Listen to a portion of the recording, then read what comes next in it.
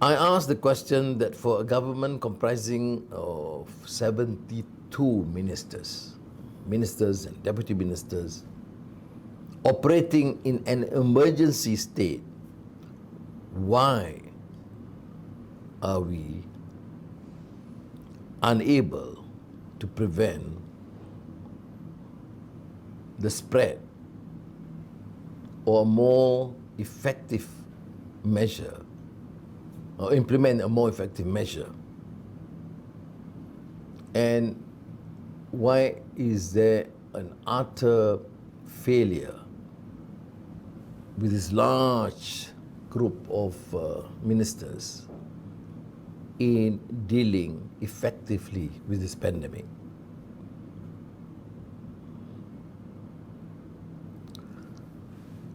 I think this is the time for the government to dig deeper into its pocket and help corporations, SMEs,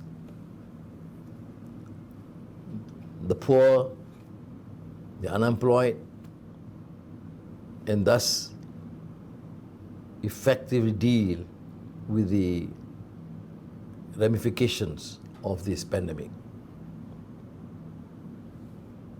Mass testing must be implemented and paid for, or at least partially subsidized by the government. Last year, the PN government dodged and delayed Parliament multiple times to avoid facing the possibility of a challenge to its non-existent majority. This year, the PN government wishes to avoid Parliament again, hiding behind an unnecessary emergency declaration. The result will inevitably be the needless and prolonged sufferings of the Malaysian people. That's why we appeal to the Yang di-Pertuan Agong to rescind the order of emergency, and today I'll file an application to the court on behalf of PH and member and the opposition to insist ensure that Parliament be allowed to continue. Its constitutional provision is clear.